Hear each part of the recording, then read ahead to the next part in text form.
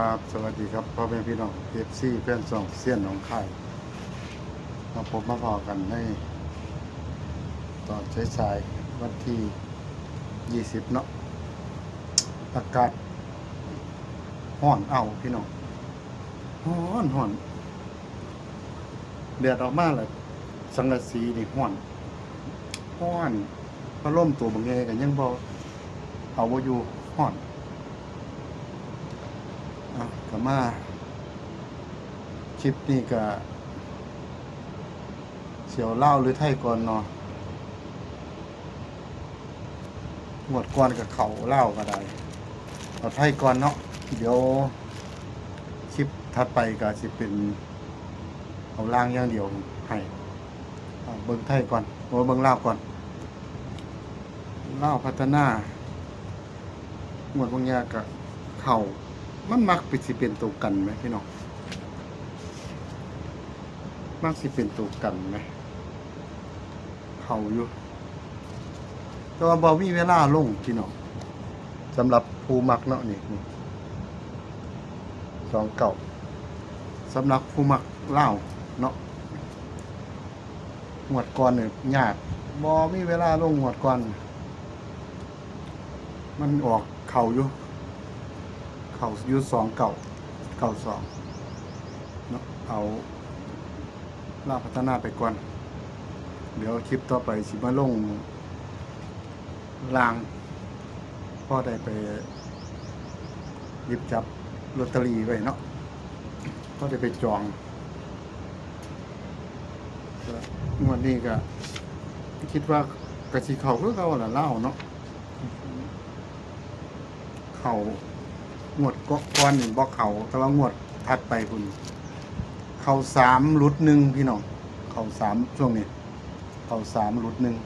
1ช่วงนี้ช่วงถัดออกไปมันก็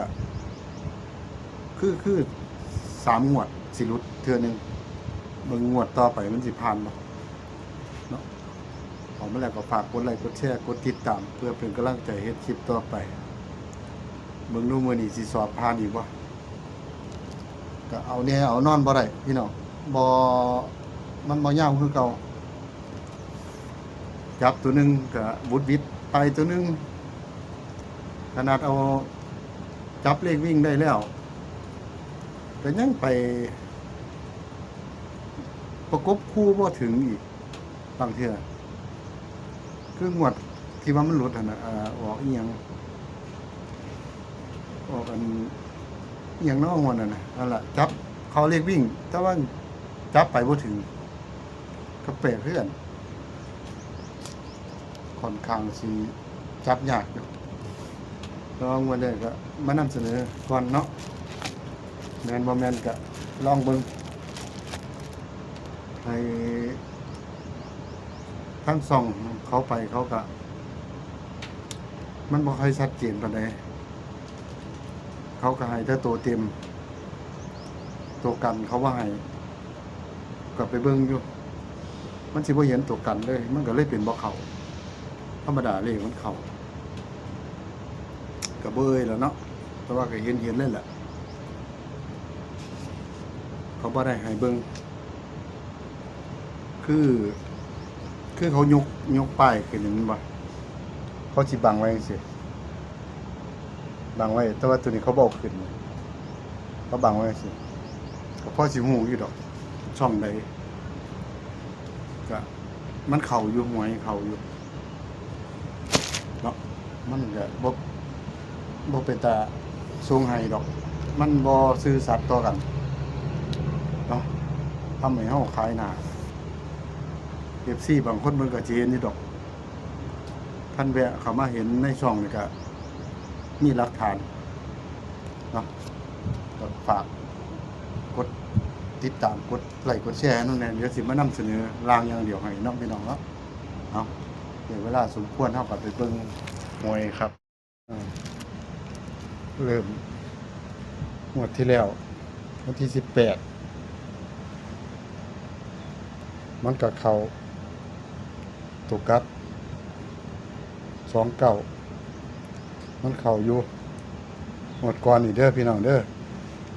นี่หลักฐานมีอยู่แต่ว่าให้เขาไปลงเขาให้เบิ่งแค่นี้ FC ก็เลยบ่เห็นเนี่ยเบิ่งอยู่เขาก็บ่เลื่อนให้เบิ่งจังซี่บัดนี้มันเป็นจังซี่บัดนี้มันก็เลยเป็นเลขเสี้ยนหนองคายหลุดธรรมดาบ่ได้หลุดเด้อพี่น้องเนี่ยเข้าอยู่เนี่ยเห็นอยู่เขาก็บ่เลื่อนก็ว่าอยู่ก็เลยเนี่ยมันก็เป็นแบบนี้มันก็เลยเป็นบ่เข้าทั้งที่มันเข้าอยู่นี่เห็นบ่เข้านะหวดต่อมาหวดใหม่ล่าสุดนี่แหละเราเปิดหนังสือกันมันก็บ่เป็นแต่เชื่อใจเชื่อมันละมันคล้ายๆว่าเฮ็ดให้เฮาเสียหายหวดวันที่20เนาะเนี่ยล่ะพี่น้องตัวกันอยากไล่แน่งวดนี้มันสงสัยเบิดพี่น้องคันเฮาจับทางนี้ไปออกทางนี้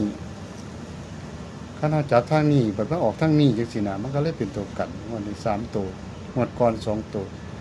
ได้7กับ3เด้อพี่น้องเด้อเล่าไปก่อน7กับ3ก็รัก7ก็70 73 71รัก3ก็3 31 30 35ตัวกันนี่แหละตัวข้างๆมันน่ะ41 68 69มันสิอยู่ข้างๆสูตรขีดเส้นใต้กันรัก7เน้น7รูด7เลยนี่บัดนี้57บ่มา53มาก็สิมากอดข้อกันคันบ่จับก็5มันกอดข้อกันจังซี่นะก็เลยเป็นที่ไปที่มาขีดเส้นใต้มันมี1กับ3กับ7มันก็เลยแยกกันก็เลยจับคู่ลองพิจารณามันสิผ่านบ่ก็ย่ามมันเข้ามันก็เข้าแล้วพี่น้องย่ามมันผ่านมันก็พลาดเนาะเอาแคบเอาลาวพัฒนาตอนเย็นเนาะ20:30นต่อไปก็สิ